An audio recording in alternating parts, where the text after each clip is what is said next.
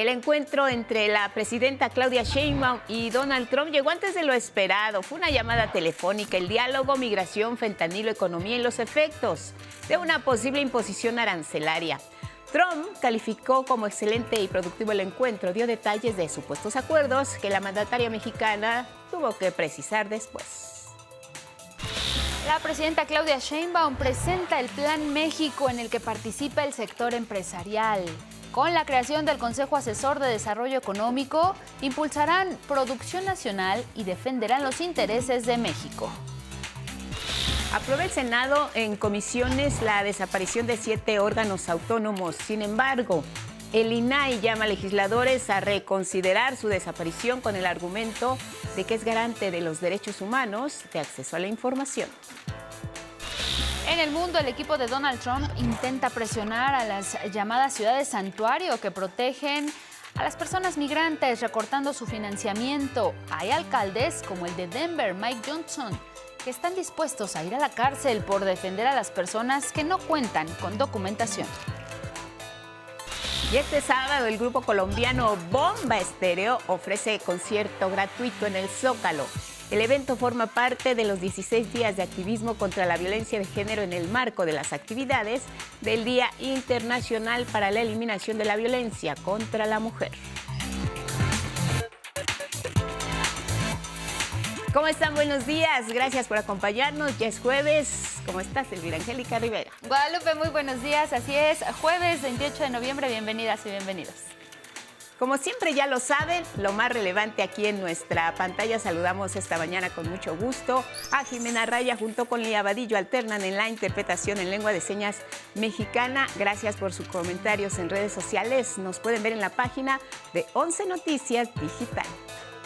Y nos pueden seguir y escuchar también a través de Radio Instituto Politécnico Nacional. Estamos en el 95.7 de FM. Desde aquí les saludamos también a quienes nos siguen más allá de las fronteras a través de nuestra señal internacional. Y por supuesto, como siempre, le invitamos a que nos comparta su opinión y sus comentarios y pueden utilizar el hashtag 11 Noticias. Y como siempre queremos conocer su opinión a nuestra pregunta del día. Gracias porque ya tenemos varias respuestas a la siguiente pregunta. ¿Consideras que la iluminación de monumentos y edificios en fechas conmemorativas ayuda a la concientización? Y es que esto es a propósito también de que este 25 de noviembre pues se conmemora esto, el Día Internacional de la Eliminación de la Violencia contra las Mujeres, y muchos edificios públicos y privados se iluminaron de color naranja. En nuestras redes sociales se pueden dejar su respuesta, en Facebook, en Twitter tienen opciones, las leeremos al final de este espacio de noticias y nos vamos directo con los detalles. La presidenta de México, Claudia Sheinbaum, y el presidente electo de Estados Unidos, Donald Trump, sostuvieron este miércoles una llamada telefónica. El diálogo fue abierto principalmente sobre el fenómeno migratorio que ocurre en ambas naciones. La primera en dar detalles sobre el diálogo fue la titular del Ejecutivo mexicano. Calificó de excelente esta conversación. Informó que le expuso a Donald Trump la estrategia nacional para atender a las personas en tránsito que se dirigen a Estados Unidos. En una conversación donde también dijo se trataron temas como reforzar la colaboración en seguridad y prevenir el consumo de fentanilo. La presidenta Sheinbaum reiteró el tono respetuoso y de buena relación entre ambas naciones. Horas más tarde, Donald Trump aseguró que la llamada fue maravillosa y productiva. Lo hizo también en redes sociales y afirmó que la presidenta mexicana había aceptado detener la migración hacia Estados Unidos, cerrando la frontera entre ambas naciones. Incluso el magnate señaló que esto ocurriría de forma inmediata. Tras esta publicación, la presidenta Sheinbaum aclaró que lo que ella planteó al próximo presidente de los Estados Unidos es continuar con la estrategia migratoria de México, que recalcó se basa en el respeto a los derechos humanos, y reiteró que la postura de su gobierno es no cerrar fronteras, sino tender puentes entre gobiernos y pueblos. Y previo a esta llamada entre Claudia Sheinbaum y Donald Trump, el secretario de Economía, Marcelo Ebrard, presentó un informe sobre las posibles afectaciones que tendría para la economía, sobre todo estadounidense, en caso de que se llevara a cabo esta amenaza del presidente electo estadounidense de imponer aranceles de 25% a las importaciones mexicanas. Es un tiro en el pie. De esta manera es como el gobierno de la presidenta Claudia Sheinbaum Pardo presentó esta mañana la propuesta que México llevará a Donald Trump, en donde explican, con datos, que los aranceles del 25% afectarían principalmente a la economía de Estados Unidos. Marcelo Ebrard, secretario de Economía, señaló que el impacto más fuerte sería el sector automotriz, cuyos grandes exponentes como Ford o General Motors registraron ayer pérdidas de hasta 8% ante las declaraciones de Trump. Dice el presidente Trump, voy a ponerle a México 25% porque exporta demasiado a Estados Unidos.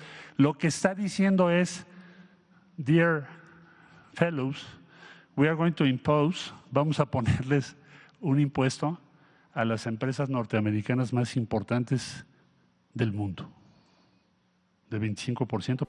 Y es que la región México, Estados Unidos y Canadá generó tan solo de enero a septiembre de este año el 30% del Producto Interno Bruto Mundial, lo que significan 1.776.5 billones de dólares. Los efectos negativos, destacó Ebrard, serían inmediatos, sobre todo para sectores como la automotriz. Entonces, pagan, ahorita esta es su estructura.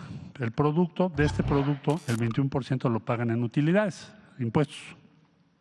De repente le pones 25%. Entonces el impacto sobre las empresas es enorme. Más o menos pensamos que al final estos impuestos van a afectar al consumidor en los Estados Unidos, pero también a las empresas, y se perderían alrededor de 400,000 empleos. Como ejemplo de qué tan ligadas están las economías de México y Estados Unidos, el secretario de Economía señaló el aumento de los precios que tendrían las camionetas pick-ups, un producto usado por los estadounidenses, pero que el 80% de su fabricación se hace en territorio mexicano. Y ayer me dijeron, nuestra estimación es que van a subir en promedio estos vehículos $3,000 por unidad en los Estados Unidos, allá en donde se está generando la medida. El titular de Economía dio a conocer una propuesta con 3 ejes principales, la cual, dijo, es bien vista por empresarios tanto mexicanos como estadounidenses. 1. Estabilidad regional a través de la cooperación en temas de seguridad, migración y gobernanza. 2. Prosperidad compartida, que es la creación de empleos bien remunerados mediante la inversión en fronteras modernas, energía limpia y transporte eficiente. Y por último, competitividad global, para optimizar las cadenas regionales de suministros y así mantener costos bajos de producción. Sobre la misiva que será enviada al primer ministro de Canadá, Justin Trudeau, respecto a la revisión del TEMEC, la presidenta manifestó que aún se trabaja en el documento. Sin embargo, puntualizó que Canadá nos necesita como socio comercial. Canadá nos necesita, porque así como presentó hoy Marcelo, los impactos que puede tener en Estados Unidos el subirle aranceles a México, también tiene impactos en Canadá. 11 Noticias, Arturo Arellano, Merlín. Y en este contexto, el sector privado cerró filas con el gobierno de la presidenta Sheinbaum frente a los amagos de la imposición de aranceles de Donald Trump. En la conferencia matutina se presentó el Consejo Asesor de Desarrollo Económico Regional y Relocalización, un organismo conformado por 15 empresas y empresarios de distintos sectores como el energético, turístico, de electromovilidad, automotriz, entre otros.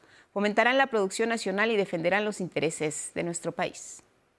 Estamos poniendo en marcha con todos los empresarios y empresarias mexicanas que quieran colaborar con nosotros y frente en su momento a la revisión del tratado o los planteamientos que pueda hacer la nueva administración de Estados Unidos, pues estamos fortalecidos, estamos unidos y tenemos un plan.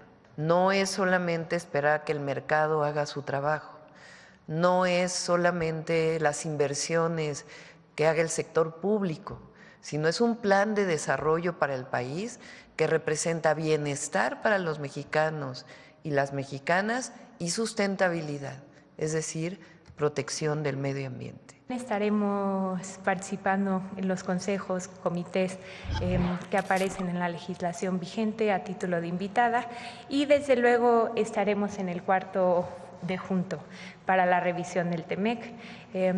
Son importantes porque en estas cosas necesitamos tener una postura del país, necesitamos estar unidos, empresa, gobierno, academia.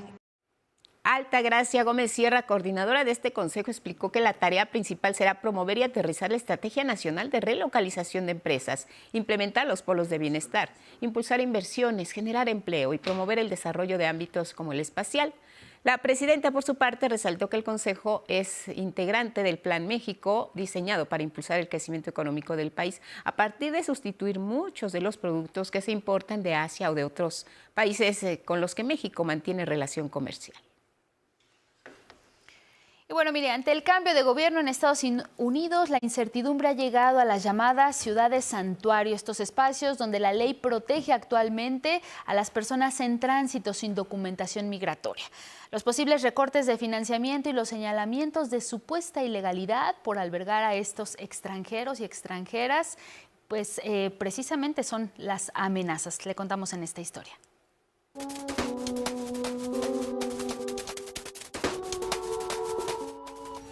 Las llamadas ciudades santuario en Estados Unidos, que prohíben a sus policías colaborar con el servicio de inmigración para deportar a personas que no tienen documentos migratorios, buscan mantenerse con vida. Y es que actualmente están amenazadas por el próximo gobierno de Donald Trump. La congresista republicana Marjorie Taylor Greene advirtió que la administración Trump recortará el financiamiento de las ciudades santuario a menos que suspendan sus leyes que protegen a migrantes irregulares. El alcalde demócrata de Denver, Colorado, Mike Johnston, dijo estar dispuesto a ir a la cárcel si es detenido por defender a las personas sin papeles. Calificó como ilegal que Trump pretenda movilizar a soldados para arrestarlos.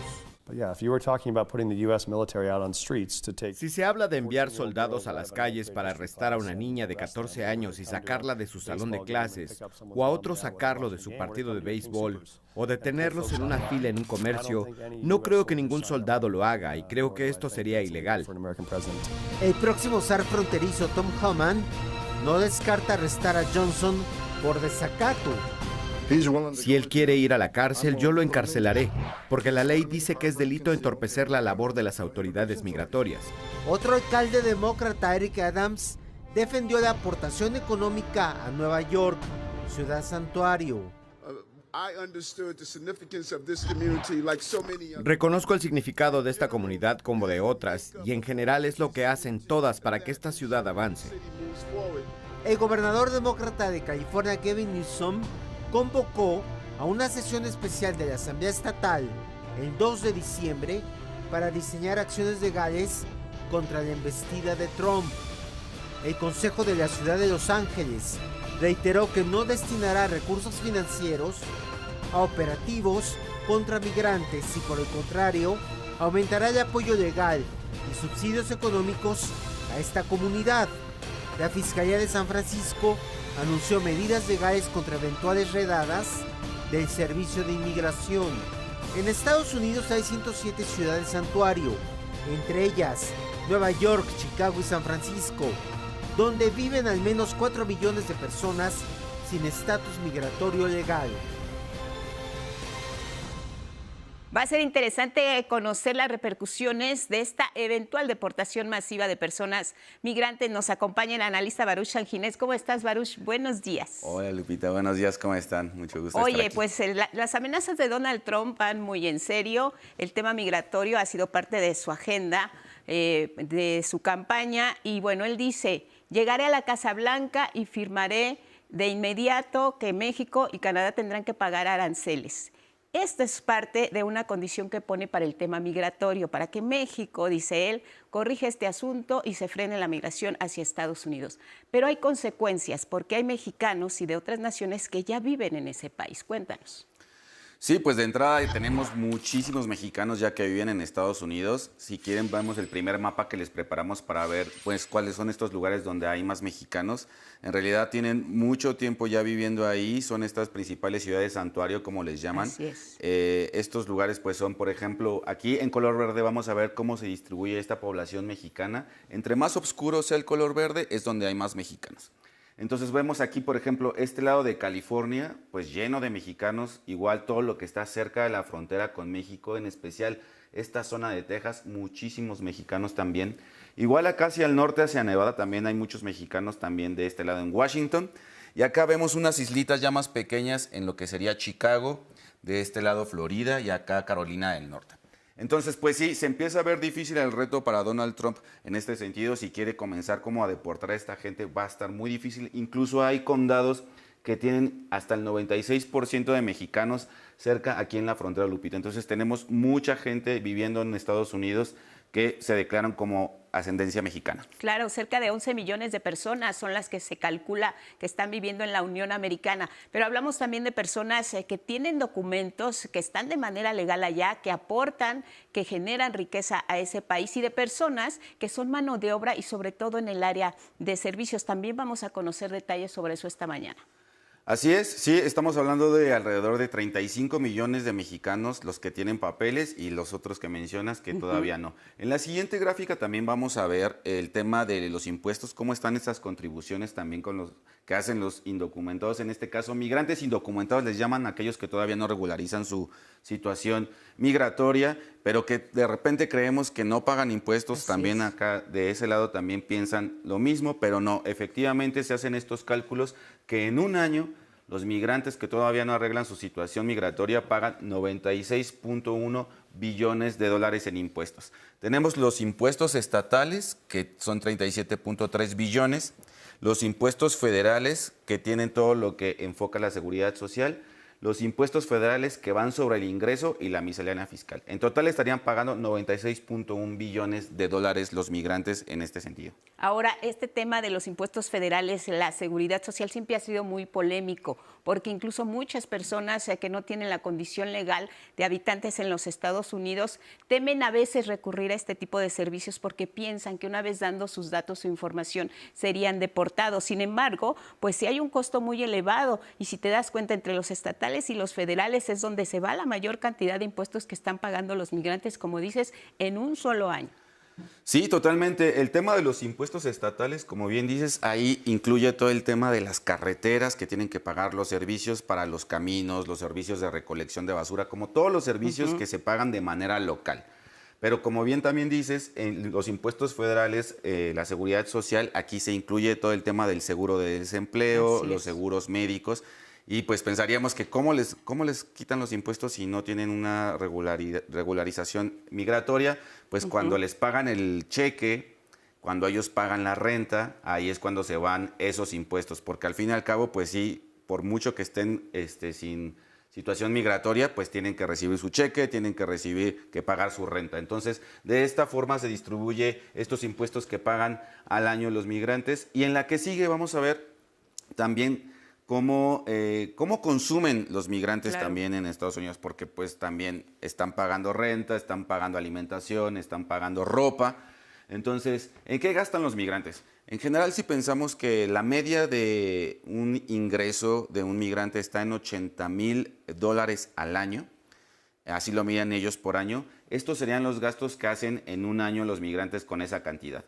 $23,000 de esos 80,000 se van en vivienda, que es la parte más grande. Esta proporción del ingreso es la más grande, se va en la renta, en arreglar la casa, en todos los servicios de la casa. Después, en transporte, aquí también es muy alto porque aquí incluye la gasolina. Entonces, la gasolina en Estados Unidos es muy cara, entonces también se va mucho en el tema de transporte, ya sea público o el mantenimiento del carro y también la gasolina. En tercer lugar tenemos la alimentación, que también pues, se gasta en una buena proporción, cerca del 10%, y después viene todo lo que pagan en tema de seguros, pensiones, en impuestos también, los impuestos directos que ya estábamos hablando un ratito, y pues vemos cómo esta parte es incluso más alta de lo que gastarían en salud. Ahora, la contribución que tú dices es fundamental. No sé si tú recuerdas, Baruch, amigos en casa, el tema de un día sin mexicanos, lo que significaba para la Unión Americana, para Estados Unidos, el que esta mano de obra, que sobre todo se encuentra en el sector servicios, dejara de funcionar. Prácticamente la economía de los Estados Unidos se paralizaría. Eso por un lado, pero además lo que dices, las contribuciones que ellos hacen también generan riqueza en la Unión Americana, aumentan el Producto Interno Bruto de ese país, y son trabajos que muchas veces, y se ha reconocido y se ha comentado, no harían los propios estadounidenses. Sí, totalmente. O sea, imaginemos que si se cumpliera este decreto de Trump de que comienza a hacer deportaciones, así es, todas las aportaciones, por ejemplo, que los migrantes hacen en renta, pues aquí se tendría que quitar una parte. También lo que gastan en gasolina, pues también. O sea, el tema de la alimentación, todo esto que hacen en consumo, que es una dinámica económica muy importante, si él empieza a deportar personas, pues también va a ser afectada la economía de aquel lado. Entonces, pues como que no se ve lógico. Incluso los especialistas están hablando que sería mejor, en lugar de deportarlos, regularizarlos. Claro. Para poder mantener esto, incluso los impuestos que ellos pagarían se volverían a ser más altos si los llegan a regularizar. Sí, vemos el perfil también de quienes están integrando su gabinete. Esta mano dura que ha apuntado precisamente al tema migratorio y que señala no habrá tregua. El presidente Donald Trump tiene un compromiso con sus electores y de las declaraciones al hecho, pues conociendo ya la gestión de Donald Trump, sabemos que la política de deportaciones incluso fue menor o igual casi a la de Obama, el expresidente Obama, que también tuvo una mano dura en este tema siendo demócrata. Entonces, republicanos y demócratas con el tema migratorio siempre han tenido una alta sensibilidad a lo que es la demanda en los Estados Unidos. Pero vamos a ver por qué hay un costo no solo económico, sino también social para la Unión Americana. Totalmente, y todo lo que se consume también en otros sectores como el tema de la ropa, en entretenimiento, en educación. Sería un golpe fuertísimo si se empieza a tener estas pérdidas en Estados Unidos. Pues vamos a seguirlo revisando porque el tema da para mucho. Hasta ahora pues solo parece ser que es una amenaza. Ya hay un diálogo abierto entre la presidenta de México, Claudia Sheinbaum, y el presidente futuro inquilino de la Casa Blanca, Donald Trump. Baruch Sanginés, seguimos atentos a tu análisis en los próximos días. Claro que sí. Gracias, Baruch. Nos vamos a la pausa. Es breve y regresamos con más aquí en el 11.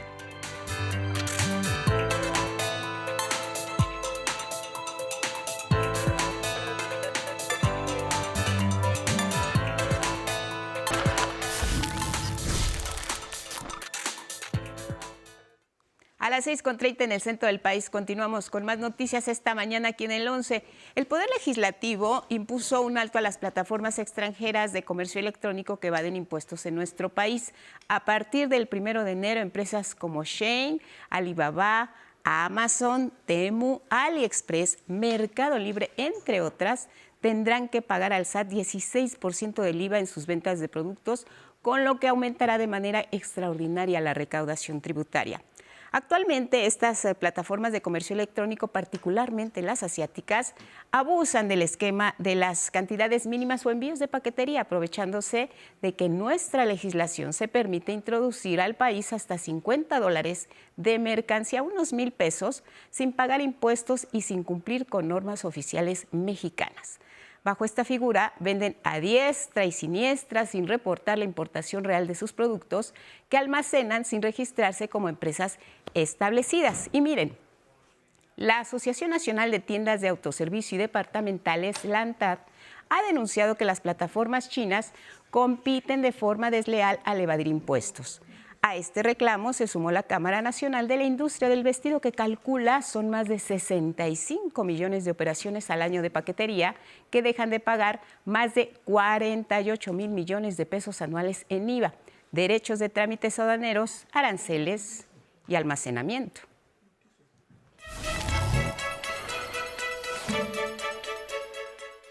Y precisamente para hablar más a profundidad de este tema, nos comunicamos con el diputado Alfonso Ramírez Cuellar, integrante de la Comisión de Hacienda de la Cámara de Diputados y también vicecoordinador de la bancada de Morena. Diputado, gracias por la comunicación. Buenos días.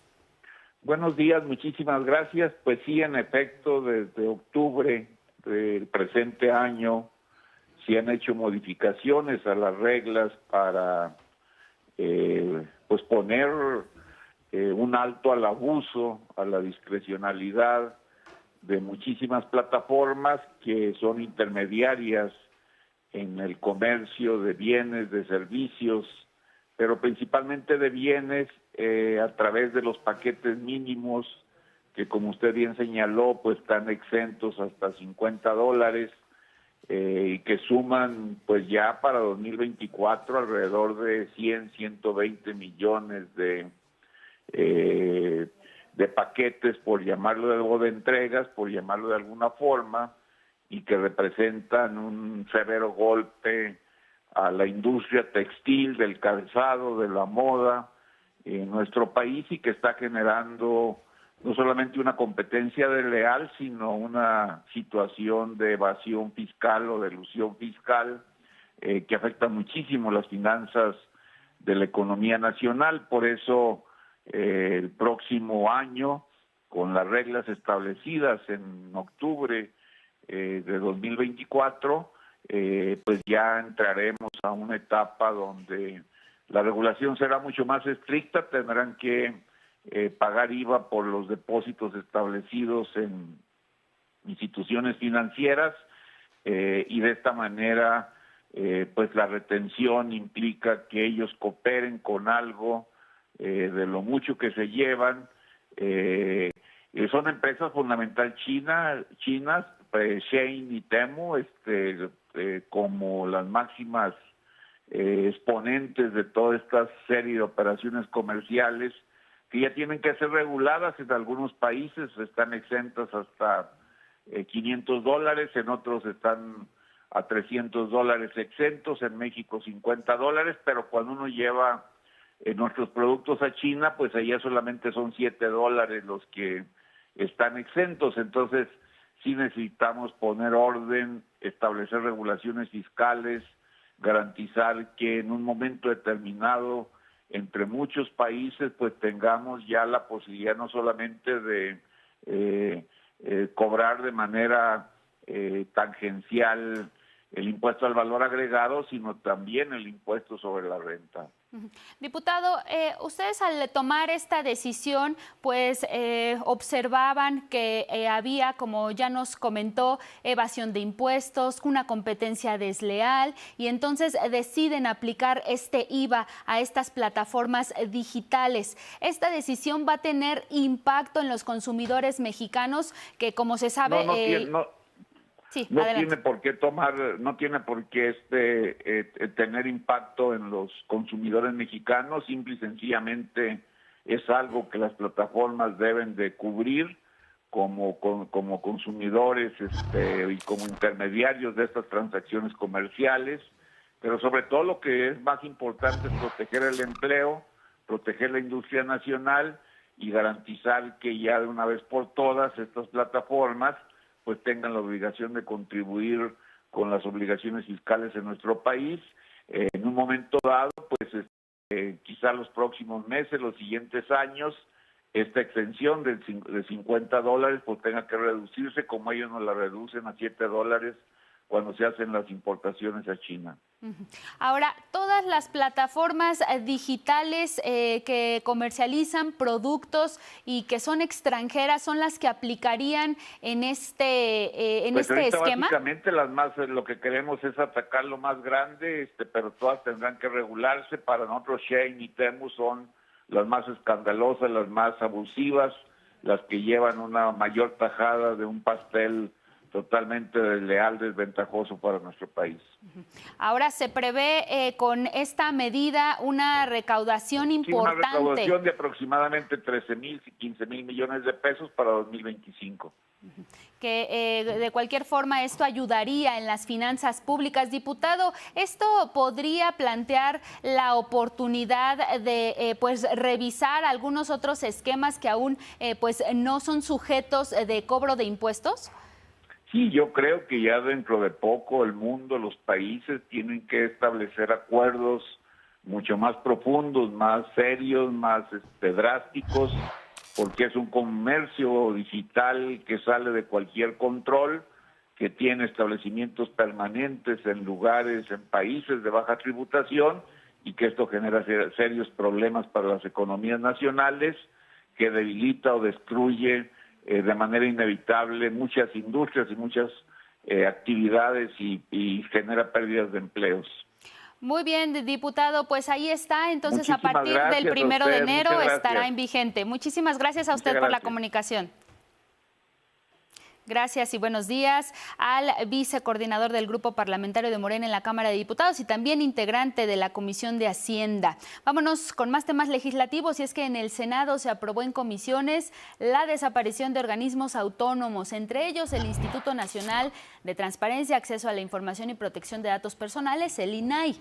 El dictamen, avalado por la mayoría parlamentaria de Morena y sus partidos aliados, se va a enviar al Pleno para su debate y votación. Esta reforma busca desmantelar a la estructura de gobierno paralelo que se estableció con organismos autónomos. Nunca más organismos que estén al servicio de intereses particulares, facciosos, a costa del presupuesto del pueblo de México y en favor, muchas veces, de intereses extranjeros.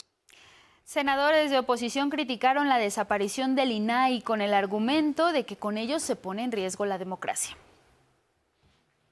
Gracias al INAI hemos podido las mexicanas y los mexicanos saber de casos de corrupción como nunca.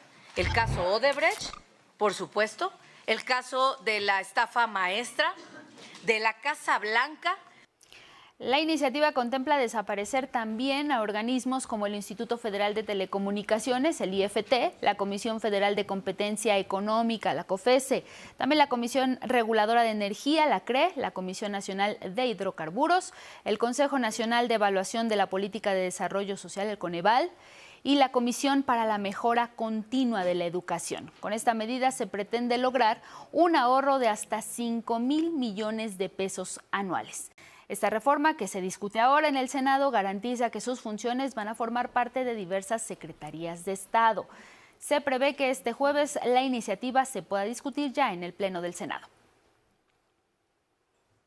Y en este contexto, el Instituto Nacional de Transparencia y Acceso a la Información, el INAI, pidió al Senado reconsiderar la desaparición del organismo autónomo luego de que avanzara en comisiones esta reforma para desaparecer al menos a 7 de ellos. A través de un comunicado, el INAI resaltó que el acceso a la información y la protección de datos personales son conquistas sociales ganadas a pulso por generaciones de mexicanas y mexicanos. Su desaparición, de acuerdo con este documento, provocaría que la tutela de derechos humanos sea determinada por una autoridad, que sería juez y parte, lo que aumentaría el riesgo de aplicar criterios insuficientes o incluso contrarios al principio de progresividad, es el argumento. El INAI destaca que el Estado mexicano necesita una institución autónoma, alejada del poder político, que se especialice en analizar la información que se brinda a la sociedad. La autonomía, independencia y especialización del INAI garantiza que cualquier violación a los derechos de acceso a la información y protección de datos personales pueda ser expuesta y rectificada, contribuyendo así a un México más justo y equitativo. Esta propuesta, dice INAI, amenaza la calidad de vida pública, la democracia y la confianza en las instituciones. Y miren, vísperas de que se entre de lleno a la discusión y en su caso aprobación del paquete de presupuesto para 2025, el diputado Ricardo Monreal dio a conocer la existencia de un fideicomiso del Instituto Federal de Telecomunicaciones, el IFT, cuyos recursos podrán ser utilizados una vez que desaparezca este instituto. Solo ayer me enteré que, por ejemplo, uno de los órganos que están por extinguirse, dado que todavía no se cumple con el proceso legislativo de la reforma constitucional, el IFT, si mal no recuerdo, tiene un fideicomiso, que eso no lo habíamos contemplado, de casi 1.500 millones de pesos. Entonces todo eso hay que revisarlo y sí vamos a reasignar. En el caso de estos entes que les digo, Judicatura, Corte, Tribunal Electoral, INE y algunos otros, sí vamos a revisar, porque es un momento difícil de la República. Monreal Ávila explicó que esos recursos serían canalizados a áreas en donde la Secretaría de Hacienda propone recortes presupuestales. Y hay que privilegiar carreteras, agua, educación, salud, universidades, todo eso tenemos que reasignarlo y hacer un gran esfuerzo porque todos nos ajustemos, todos sin excepción. El diputado aclaró que una vez concluidos los plazos legales de extinción se podrá hacer uso de tales fideicomisos.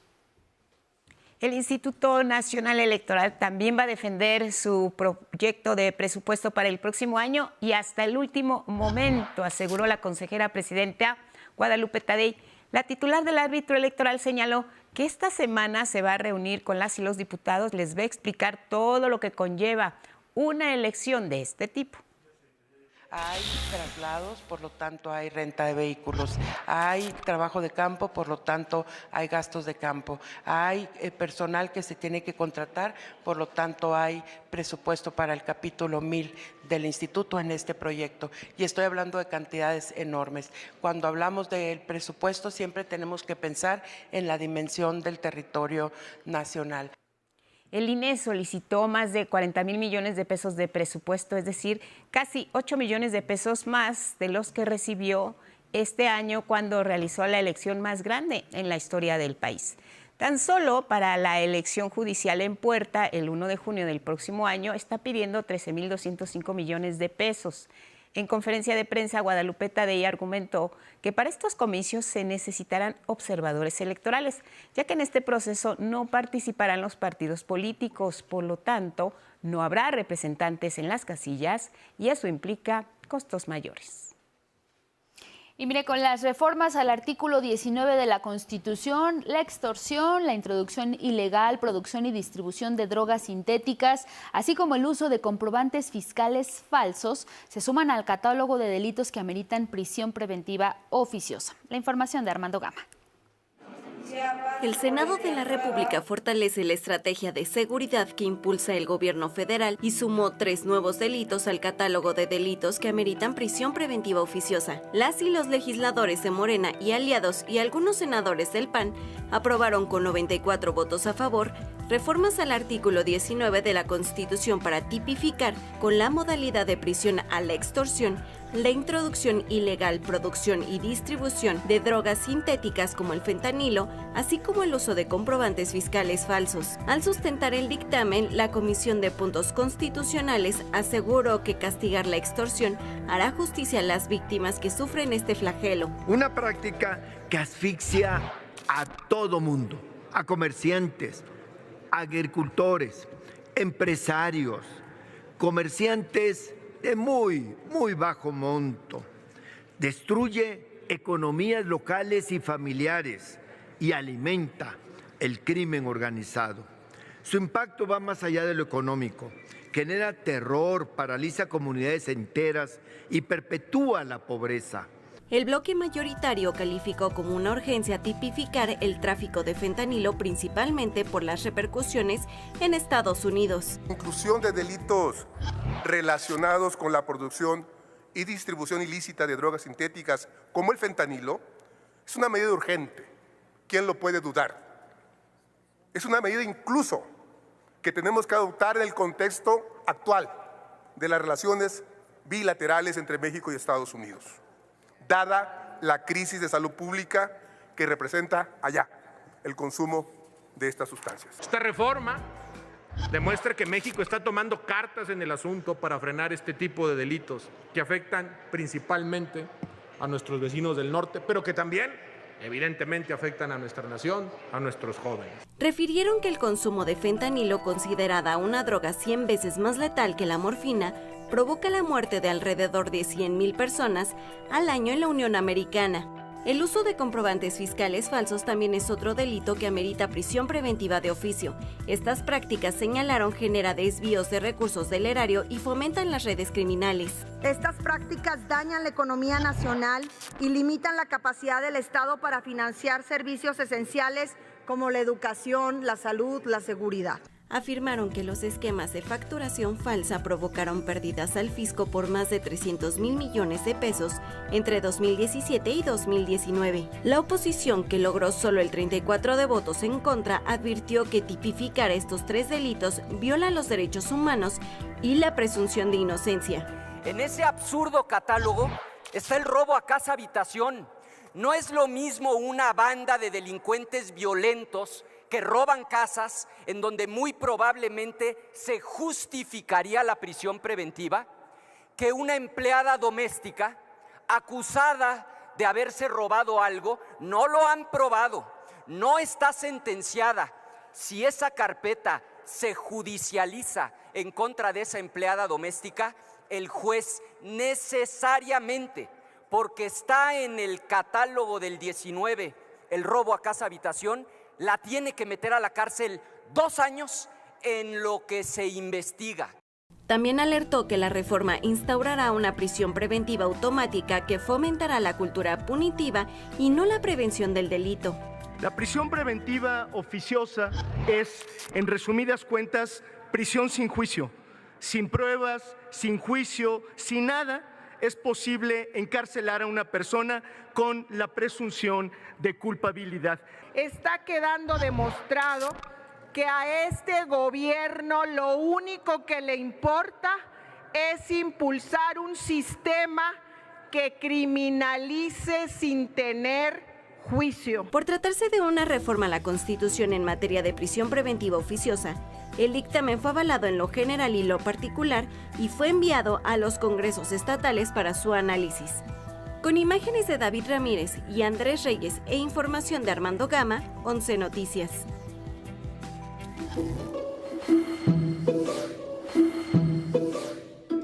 Vámonos con Ismael Marcelo, el reporte detallado del estado del tiempo. Buenos días.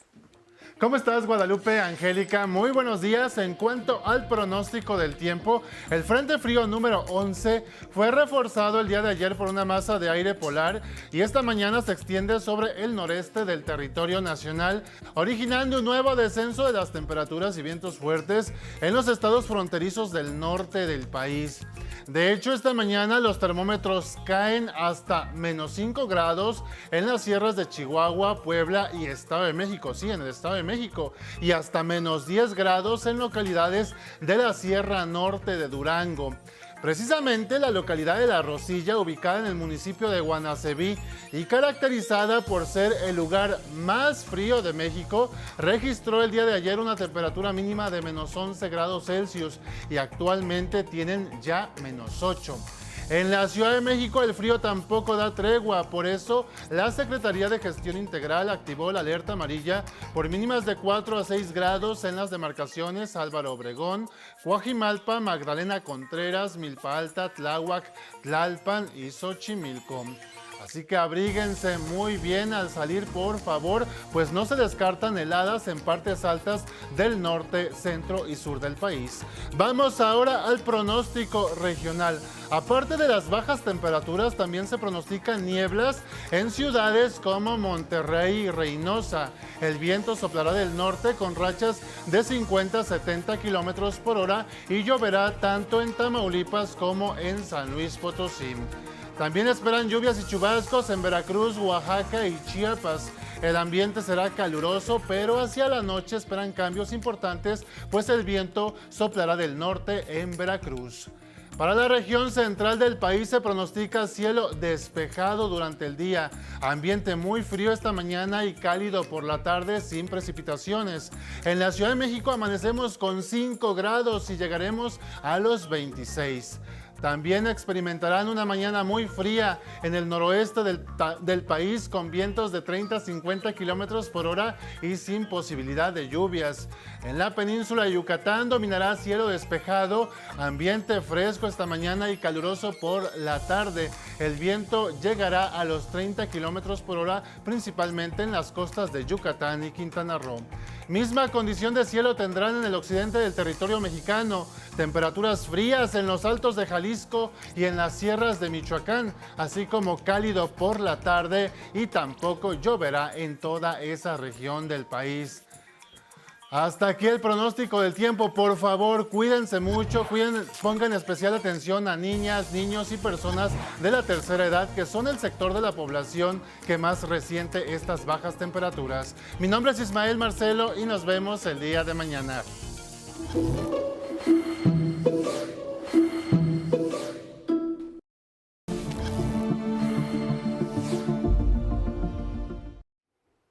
Gracias, Ismael Marcelo, y es momento de conocer qué nos trae la cultura. Creo que por ahí baile y está con nosotros Saraí Campech. Buenos días.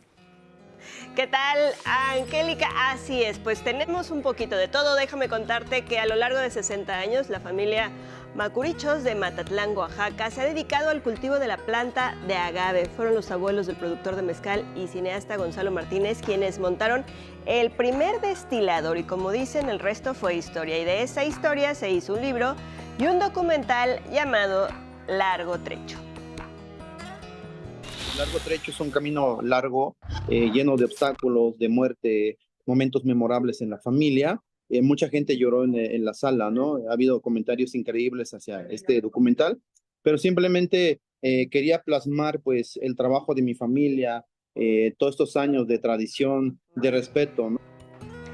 Esta travesía es narrada por el propio Gonzalo y retrata el desarrollo de la empresa familiar, pero también sus vivencias personales. Todo esto, por supuesto, siempre marcado por su vínculo con el mezcal. El valle mágico del agave. No solamente es para la familia, sino es para las futuras generaciones, ¿no? Es un documento histórico que dejamos con datos pues certeros, ¿no? Plasmados ahí, documentos históricos de la familia y todo. Al momento aún no hay distribuidora para este documental, pero ya están buscando posicionarla en festivales. Puedes seguir las actualizaciones de Largo Trecho, la historia de una familia legendaria del mezcal, a través de sus redes sociales. Y a partir de hoy, la Compañía Nacional de Danza presentará en el Teatro de la Danza el programa Miradas, una mirada hacia distintos puntos de vista sobre el arte del cuerpo en movimiento, tanto en su expresión clásica, neoclásica y contemporánea, eso a través de coreografías de pequeño formato, a cargo de distintos creadores. La cita es en el Teatro de la Danza Guillermina Bravo, en el Centro Cultural del Bosque, hasta el 1 de diciembre en distintos horarios. Para quienes prefieran un concierto en la Sala Nezahualcóyotl, habrá recital de piano a cargo de Jorge Luis Prats, intérprete cubano egresado del Conservatorio Tchaikovsky. La cita es a las 20 horas en el recinto ubicado en el Centro Cultural Universitario.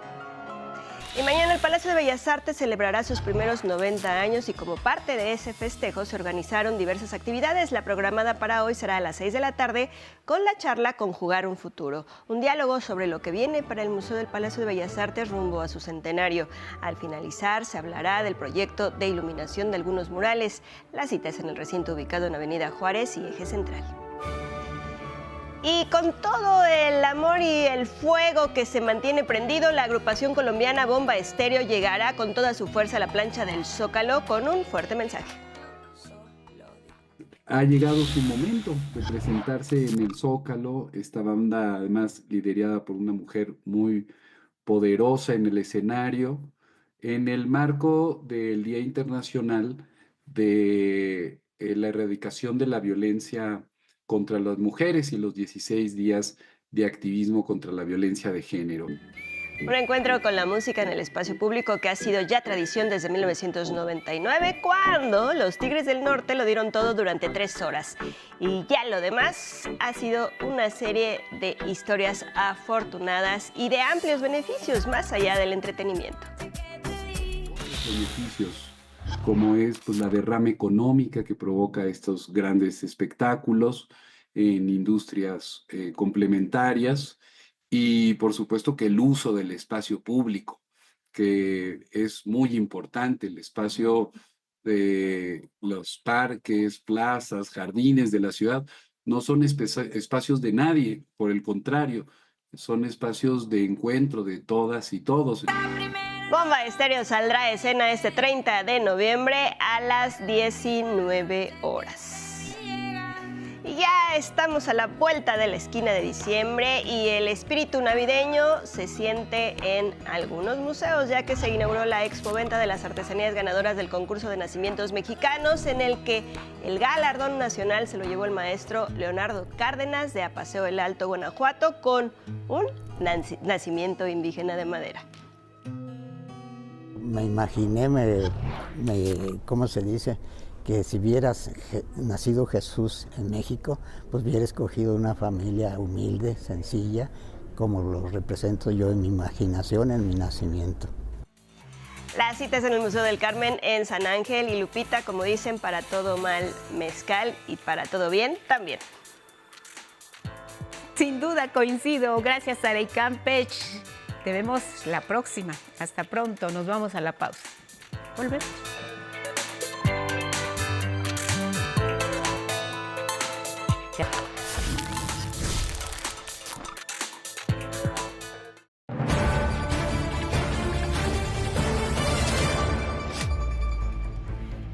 Información de último minuto, cerca de 1 millón de personas ucranianas se quedaron sin electricidad tras ataques aéreos rusos. La empresa eléctrica nacional dio a conocer que realizaría cortes de emergencia para mitigar los daños a las infraestructuras. Seguiremos informando en los espacios del 11.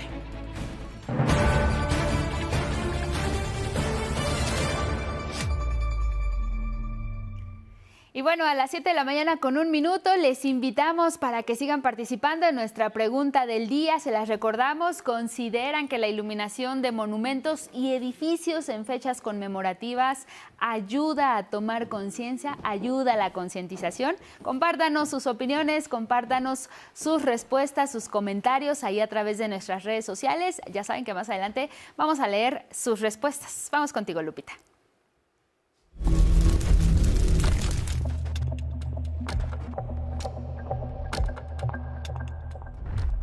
No hay excusa, seguimos en el activismo, son 16 días de concientización. Hay que erradicar la violencia contra las niñas y las mujeres y en este espacio le hemos dado voz a nuestras compañeras, a quienes integran la comunidad de E11. Se han sumado ya a esta campaña. Es tiempo de Mujeres sin Violencia.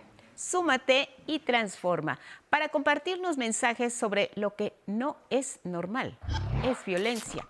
Hay que reconocer, nombrar, denunciar cualquier tipo de agresión, que es como aportamos así un granito de arena, sobre todo para hacer conciencia, prevenir, combatir la violencia hacia las mujeres. Hay que alzar la voz y escuchamos hoy a Sandra Sitle.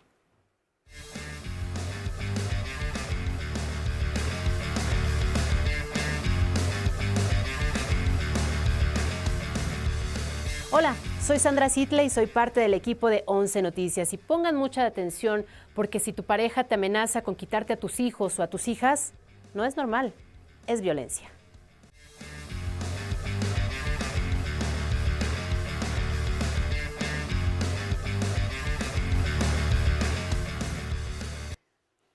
Bueno, y seguimos en estos 16 días de activismo. Le invitamos a que ustedes también nos compartan para ustedes que no es normal, es violencia. Lo pueden hacer a través de nuestras redes sociales. Y vamos con otros temas porque en caso precisamente de lo que tiene que ver con violencia digital.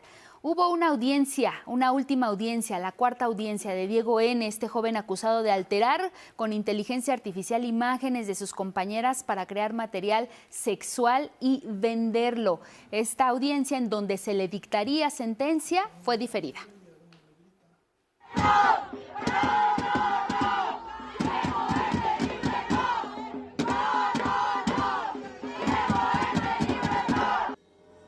Este miércoles, un juez con sede en el reclusorio Oriente aplazó el fallo para dictar o no sentencia contra Diego N., acusado de hacer uso de inteligencia artificial para generar contenido sexual de sus compañeras del Instituto Politécnico Nacional.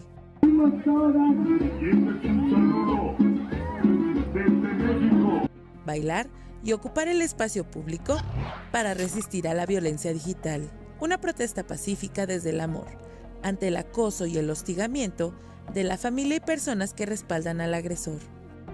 Acompañadas de feministas, colectivas y mujeres que las abrazaron tras más de 400 días de camino en su exigencia de justicia, las víctimas ingresaron a la audiencia, donde esperaban escuchar el fallo del juez Francisco Salazar, quien pospuso la lectura de su decisión para el próximo 4 de diciembre de 2024.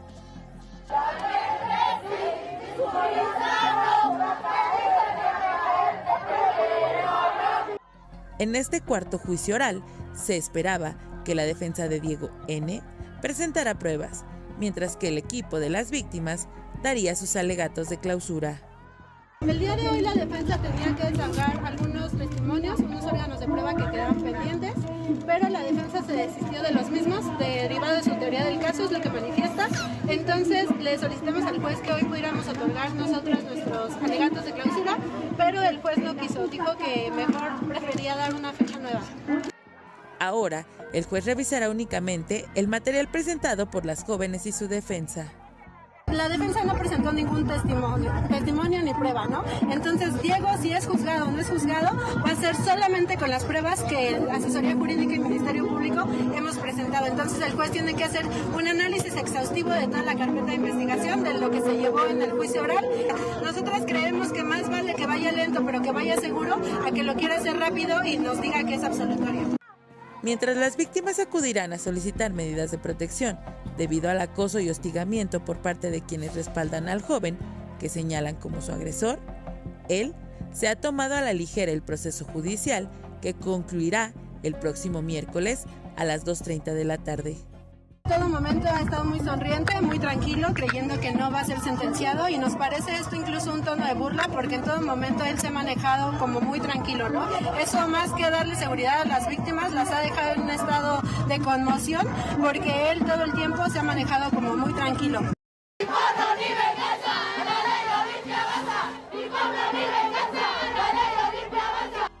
11 Noticias. Y miren, como parte de la campaña de 16 días de activismo para erradicar la violencia contra las mujeres y niñas, se realizó el Festival 25N en el Museo Vivo del Muralismo. A través del arte se muestra cómo se mantiene la violencia de género y también se invita a la reflexión para combatirla y erradicarla. La violencia de género también se vive en el arte. Eso es parte de lo que aprendieron las personas que asistieron al Festival 25N que se realizó en el Museo Vivo del Muralismo. Creo que es muy importante darles más reconocimiento porque pues María Izquierdo únicamente es una de tantas mujeres a las que no se les ha dado la visibilidad que merecen sus trabajos. Me gustó mucho porque habla sobre las mujeres en la cultura, ¿no? Entonces hablar de María Izquierdo, que fue una gran pintora que no se le ha hecho mucho énfasis en su trabajo. Además de la dramatización del texto María Izquierdo contra los tres grandes, esta actividad incluyó la lectura dramatizada de Clitemnestra de Margarit Yourcenar y el poema Bajo la mortaja de nieve duerme la Iztaccíhuatl de Nahue Olin. Nos cuenta desde tres personajes, desde tres mujeres artistas distintas, algunas cosas que nos hacen pensar en las mujeres, ¿no? En qué arquetipos o qué estereotipos tenemos sobre las mujeres, ¿no? En cómo muchas veces se les ha negado esta parte creativa en favor de los hombres. Como parte de este festival, realizado en este museo ubicado en la sede de la SEP, en el Centro Histórico de la Ciudad de México, las y los asistentes también pudieron participar en el juego Adivina quién.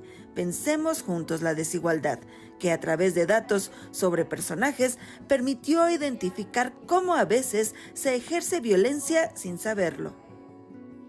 Te dan situaciones de vida que pues le tocan a cada persona, tipos de discriminación, o también consecuencias que tienes que inmigrar o así, y pues toda la discriminación que sufren las personas. Y para cerrar con broche de oro, el concierto con la Orquesta Femenina de Guitarras Secuicatl.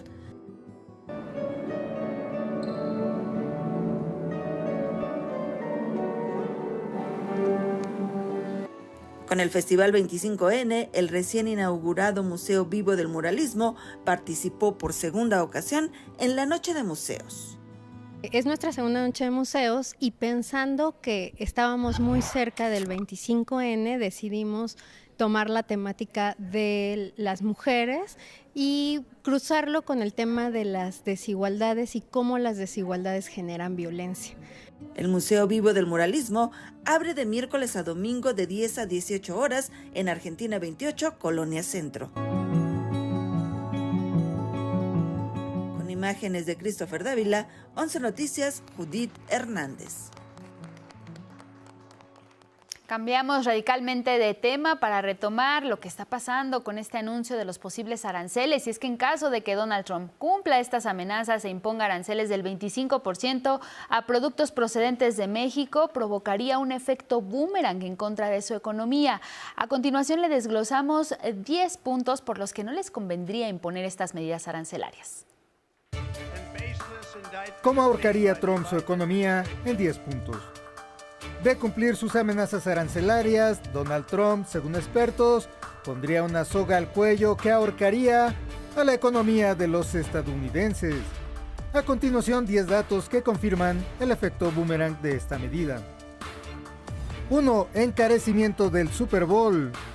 Una de las principales fiestas de los estadounidenses que se realizará en los primeros días de febrero y en la que se consumen 62 millones de kilos de aguacate, se encarecería 25% y generaría una espiral inflacionaria, según Alfredo Ramírez Bedoya, gobernador de Michoacán, el principal estado exportador de aguacate de México a Estados Unidos.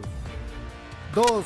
Las medidas arancelarias tendrían efectos devastadores para ambas economías, especialmente en industrias como la automotriz y la manufacturera, señaló este miércoles la Confederación Patronal de la República Mexicana.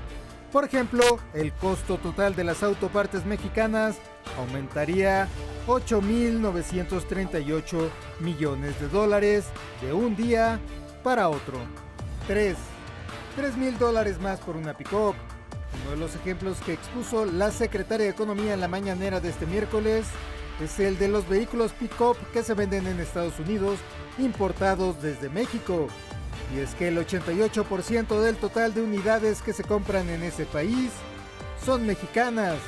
En nuestro país hay 22 plantas armadoras de vehículos ligeros que producen 3.779.234 unidades anuales. Entre ellas, las pick-up son de las favoritas del mercado estadounidense, la principal, la Tacoma de Toyota, de la que van a Estados Unidos 262.225 unidades y cuyo precio podría elevarse de $32.995 a casi $36,000. 4. El Consejo Nacional de la Industria Manufacturera de Exportación dijo que las tarifas que Trump pretende imponer serían un desastre, pues ocasionarían una contracción de entre 3.6 y 7 puntos del Producto Interno Bruto de Estados Unidos, lo cual provocaría un aumento generalizado en los precios de gasolinas y alimentos. 5. Vehículos 10% más caros. Debido a la integración que existe en la industria automotriz entre México y Estados Unidos, el precio de los vehículos aumentaría al menos 10%, de acuerdo con Gary Hufbauer, investigador del Instituto Peterson de Economía Internacional. 6. De acuerdo con el Departamento de Agricultura estadounidense, México suministra más del 60% de las importaciones de ese país de verduras y casi la mitad de las de frutas y frutos secos, por lo que los aranceles ocasionarían una espiral inflacionaria en el sector de alimentos.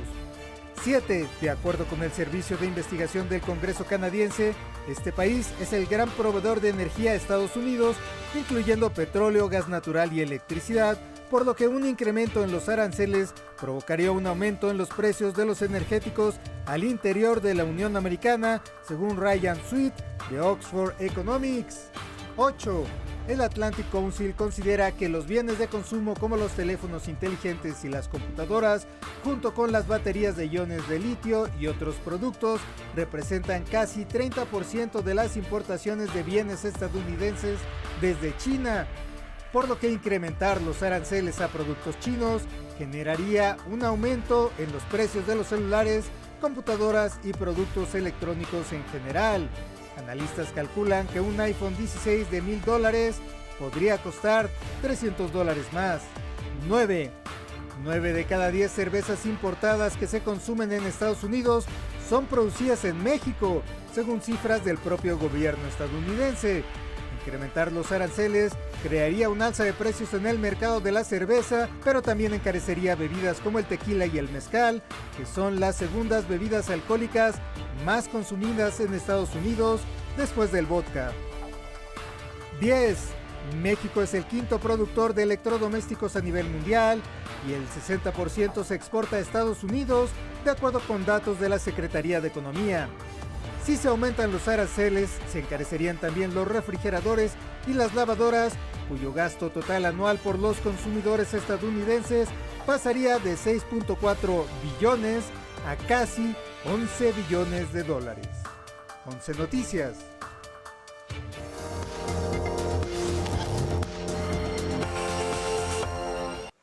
Vámonos a los deportes. Gabriel Sainz, buenos días, adelante. Muy buenos días, Guadalupe, muy buenos días a nuestro auditorio. Vamos con la información deportiva. Y ayer comenzamos con gala. La presidenta de México, Claudia Sheinbaum, entregó el galardón más relevante de nuestro país, el Premio Nacional de los Deportes 2024. Aquí la información.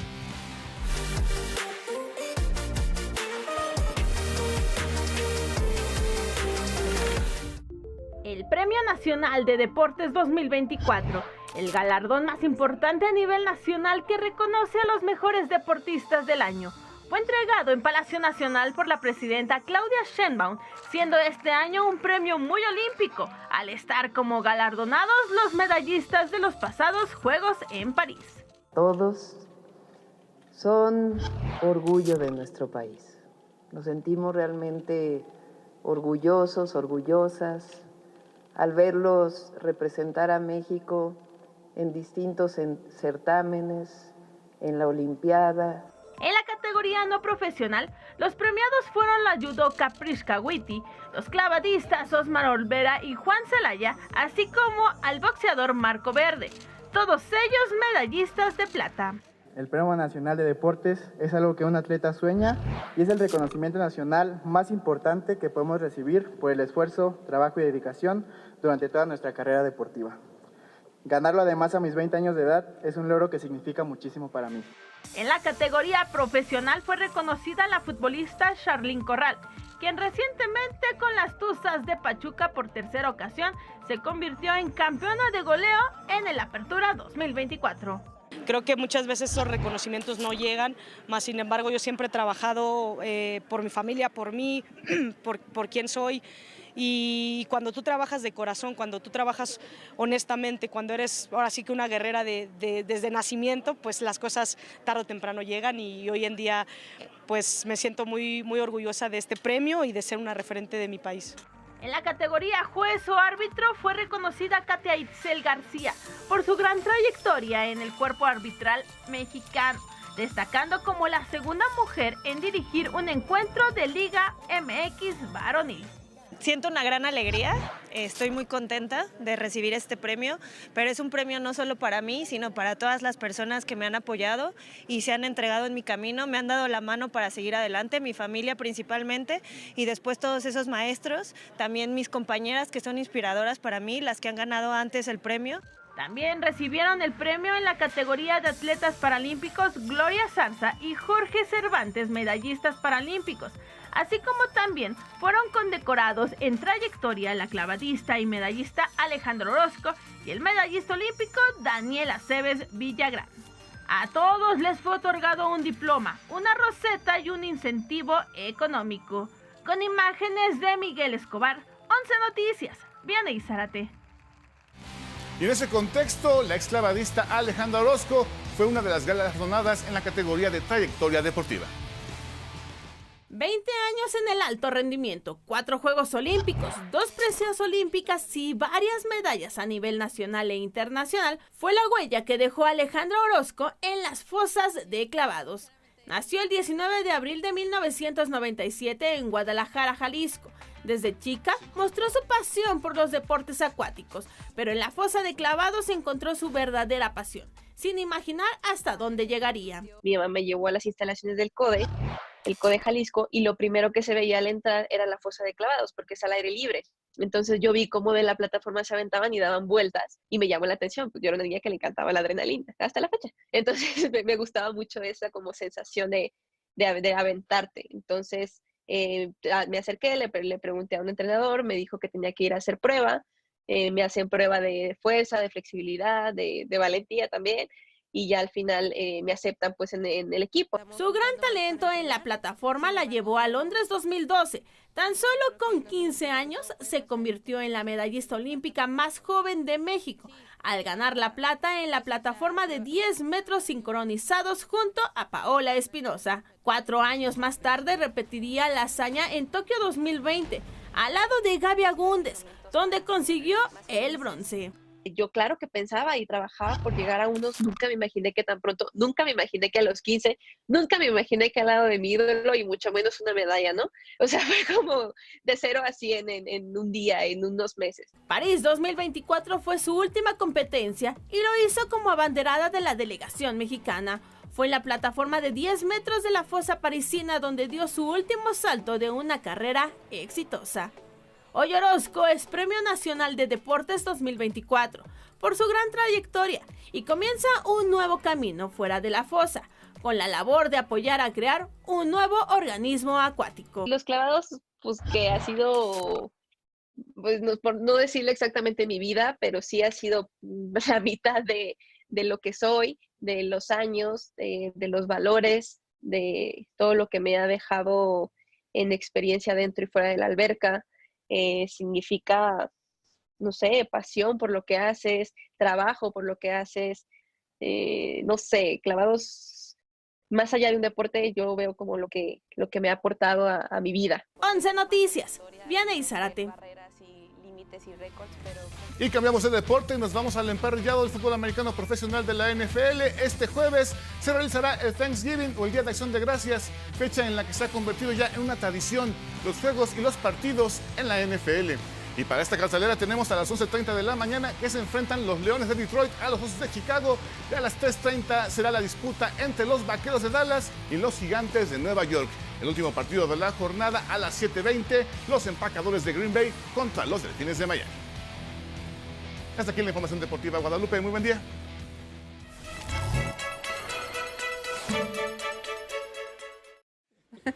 Muchas gracias, Gabriel Sainz, y nos da mucho gusto recibir esta mañana en el estudio a Gus Guevara, activista, conductor del programa 80 Millones y además con muy buenas noticias para el público. Gus, qué gusto verte y saludarte tan de mañanita. Buenos días. Buenos días. ¿No? Buenos días, Gus. Al contrario, muchísimas gracias por el espacio y emocionado de estar acá. Les comentaba que es mi primera vez acá en Noticias, entonces estoy muy emocionado y también un poquito desmañanado, pero claro, todo en orden. Y yo te dije que somos tus madrinas, con mucho gusto puedes pedir lo que quieras, aquí está abierta pues la carta para lo que tú desees, pero de entrada cuéntanos de tu experiencia ahora en esta nueva etapa que tienes frente a una serie que ha sido muy exitosa. ¿Te esperabas que te llamaran para Ojitos de Huevo? Pues la verdad es que no, la verdad es que justamente yo nunca me imaginé como estar en un espacio así, estar actuando, estar acompañado pues de figuras muy reconocidas, ¿no? En nuestro país y fuera de él.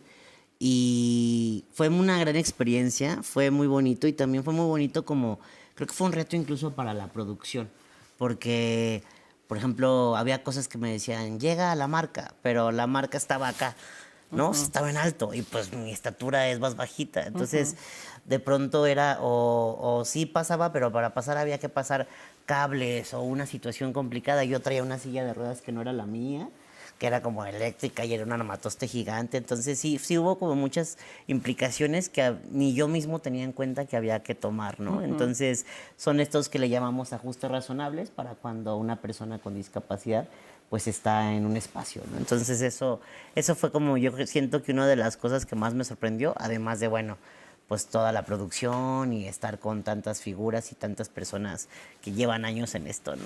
Claro. Oye, Gus, háblanos un poquito de tu papel en esta segunda temporada. Ya lo comentaba Lupita, una serie muy exitosa en su primera temporada, alcanzó millones de visitas y se decide hacer una segunda temporada y estás tú ahí. Cuéntanos de tu personaje.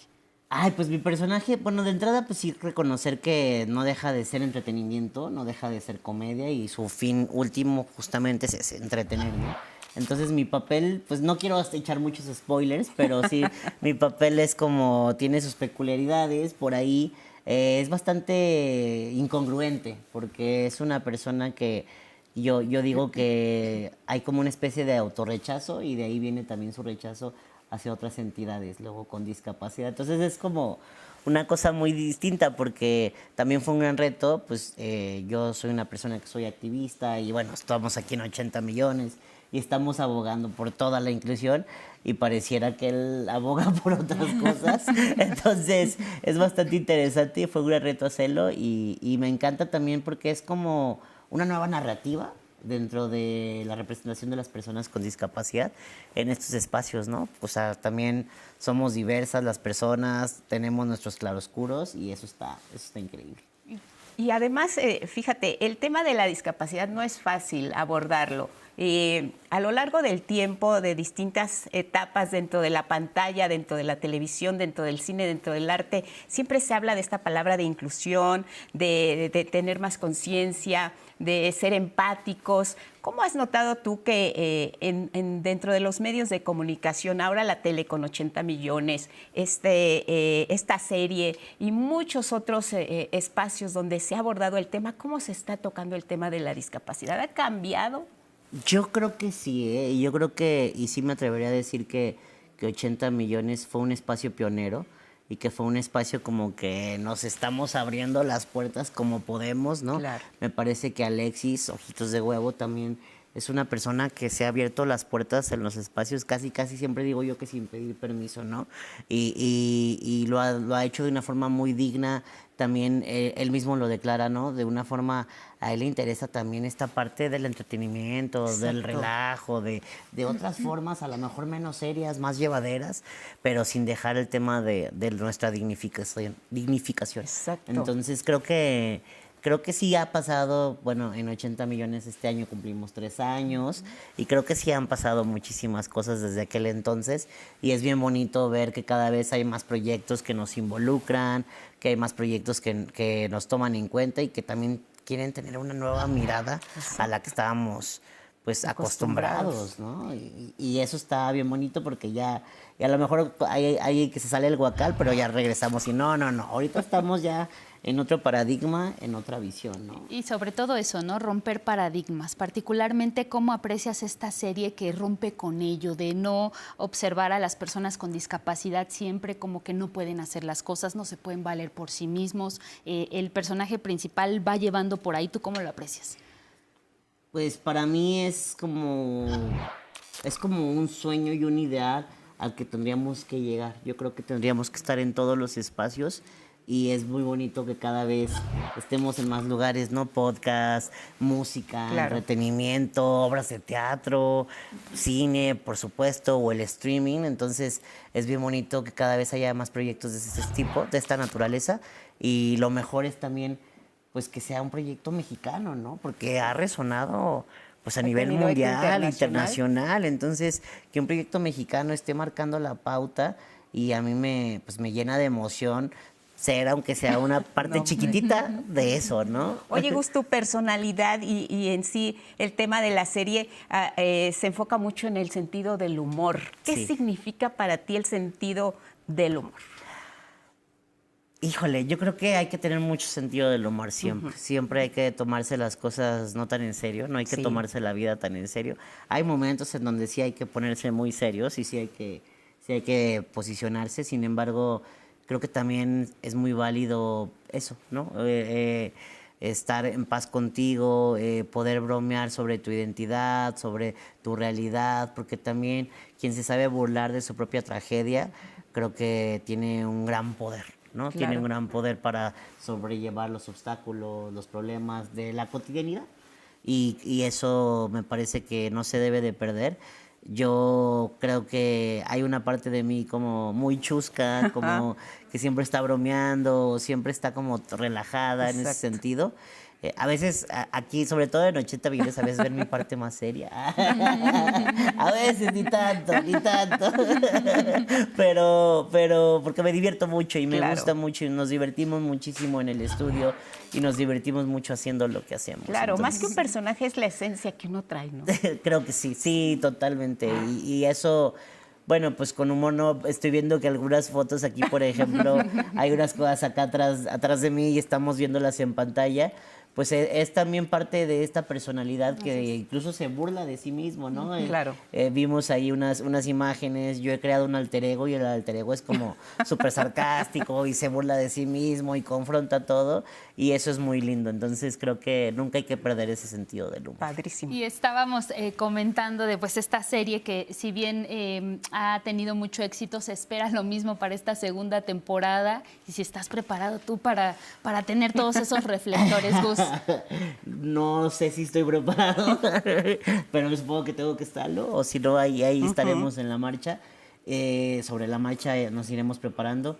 Pues contento, yo creo que la temporada cumplió sus objetivos, que tiene que ver principalmente con entretener, principalmente con que cualquier persona se siente identificada, ¿no? Más allá de un tema de la diversidad o de la discapacidad, que cualquier persona se siente identificada, se la pase bien, es muy llevadera. Yo la vi en una sentada, la acabé y dije, wow, sí, porque es muy llevadera, es muy digerible, pero a la vez también pone sobre la mesa temas bastante interesantes y que eran muy necesarios ya pues en una plataforma de esta naturaleza. Claro. ¿no? Como de no este romantizar también la discapacidad, ¿no, Gus? Completamente. Hablar de nuestras realidades así como son, desde la realidad y con todas sus implicaciones positivas y negativas. Claro. Vámonos a la música, Gus, Capacitista, nuevo sencillo de tu álbum Inválido. ¿Qué tal? Pues, ¿Cómo va? ahora sí me agarraron, mira, en curva. Va increíble. Es para mí un sueño poder hablar de esto a través de una canción.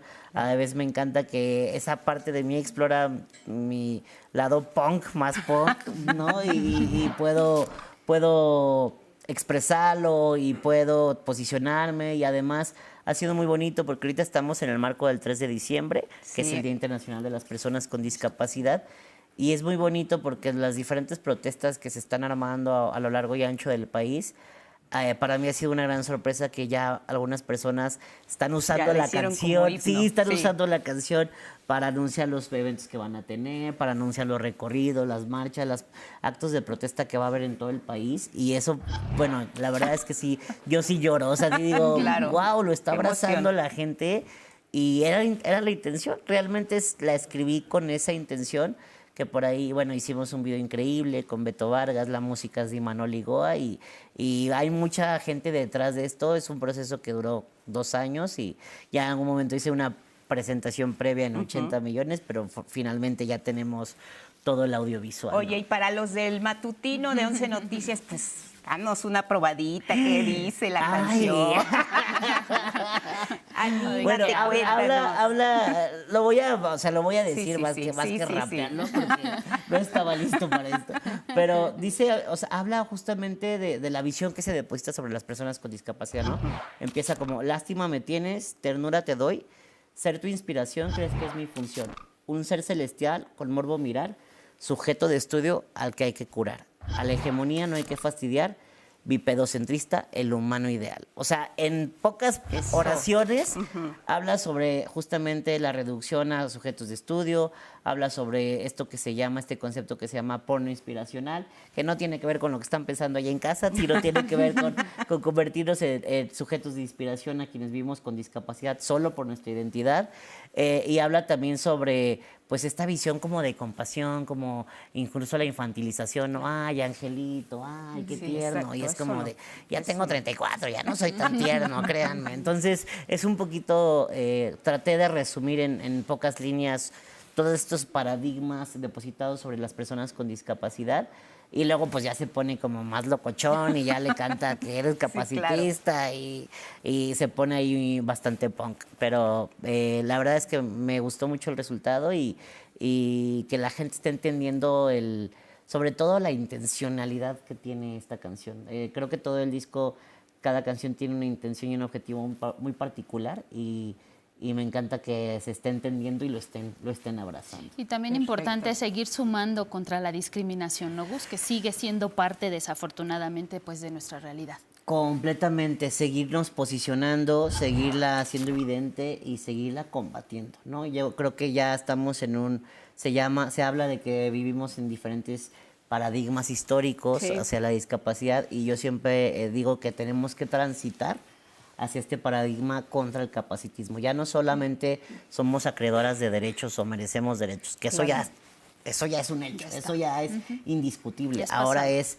cómo nos vamos a posicionar, porque al final de cuentas esta idea del capacitismo pues nos sigue colocando con ciertas cuestiones de inferioridad. Entonces, pues encantado y oigan, vi que andan muy actuales.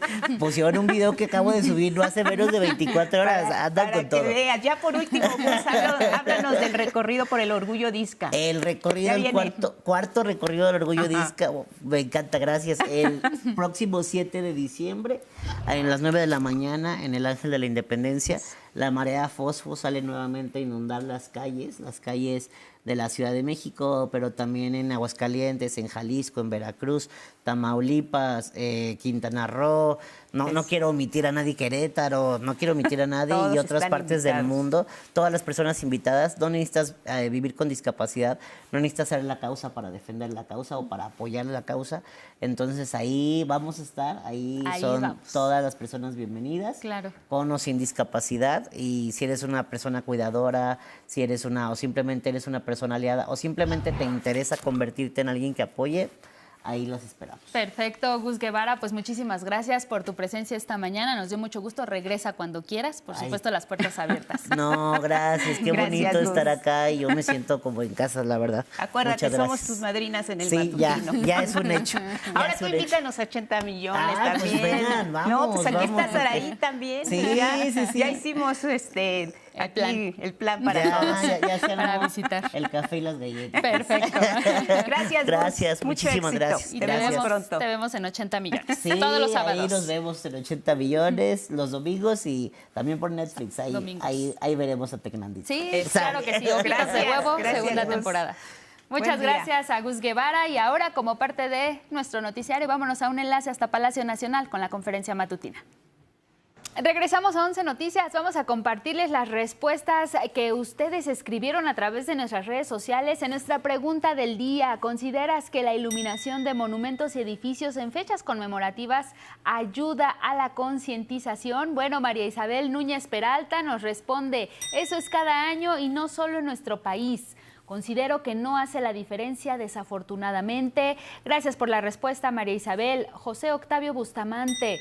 Todo acto o acción en favor de la humanidad es un acto de conciencia humanista. Richie Rick Ramo, no, difícil despertar la más mínima inquietud, pero sabemos que cuesta y mucho. Gracias por este comentario. Ordep Ela, la visibilización ayuda a la concientización. Gustavo Vic Lagunero, no, y se gasta muchísima energía eléctrica, eso también es cierto.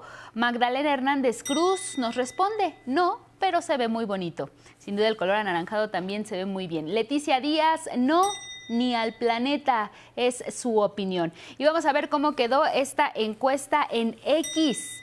Sí responden 37.9%, sí ayuda a la concientización, es lo que consideran.